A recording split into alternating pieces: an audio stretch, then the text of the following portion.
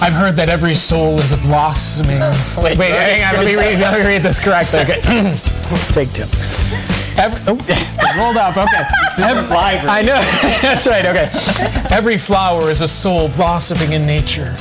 I hear that's from a French poet, Gerard de Nerval. Absolutely beautiful, Matthew. Absolutely beautiful. Almost as beautiful as a daylily. Indeed, Heather. This could have gone so much better, but daylilies are so beautiful, and that's why one Danville woman devoted her life to the pretty petaled plant. I mean, it's just Christmas every day.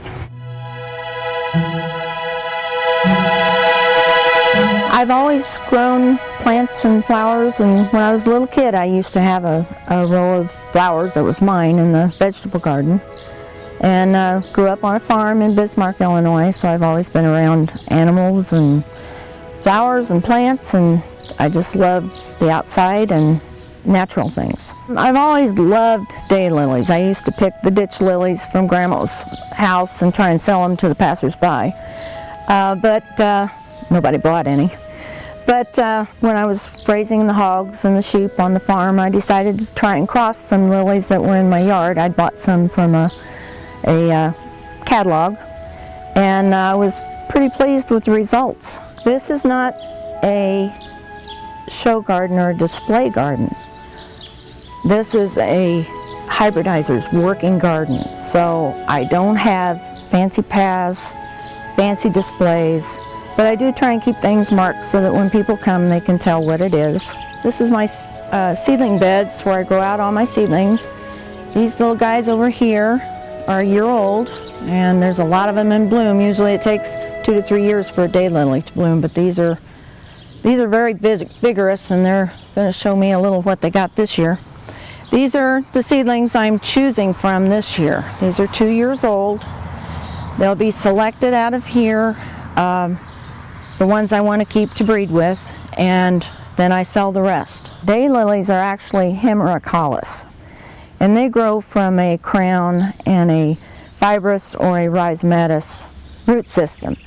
A lily, like the tall Erinopet lilies that are right behind me here, grow from a bulb, and they are, most of those are based out of Asia. The daylilies I breed have actually been bred up from the orange ditch lilies that you see everywhere in the summertime. This is Pink Cathedral. I introduced it last year. And this one here is one I'm probably going to introduce in a year or two. It's got a beautiful toothy green edge on it. The seedlings are one of a kind. Most of the plants that I grow have only been on the market for 5 years or less. And they are expensive, but the common person, if you want something different than what you find in a nursery, you can come to a hybridizer and I will sell you a seedling for a lot less money than you can buy one at a nursery, just because it's a pretty flower and I don't want to throw it over the fence. Yeah, this is a Lionel-X headdress. And Chief Lionel-X was one of my favorite things when I went to the University of Illinois, and I was very sad to see him go. Well, I like something new and a challenge all the time. And a daylily, you can breed 2 purples together and get yellows and pinks. Or you can breed a narrow form together and a wide form together, and you might get something that looks like it came from outer space. There's just something different. There's so many chromosomes in daylilies that you can breed the same 2 plants together a dozen times and never get anything that looks like its sibling.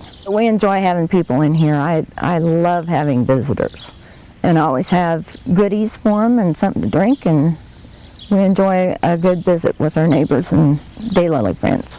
That's always gratifying to me that my 30 years of efforts have actually produced something that other people can appreciate.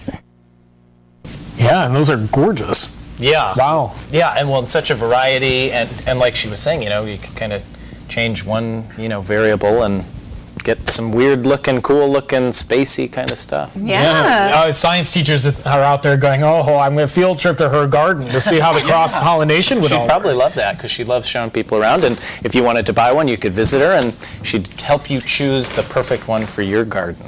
All right. Well, thanks, Joe.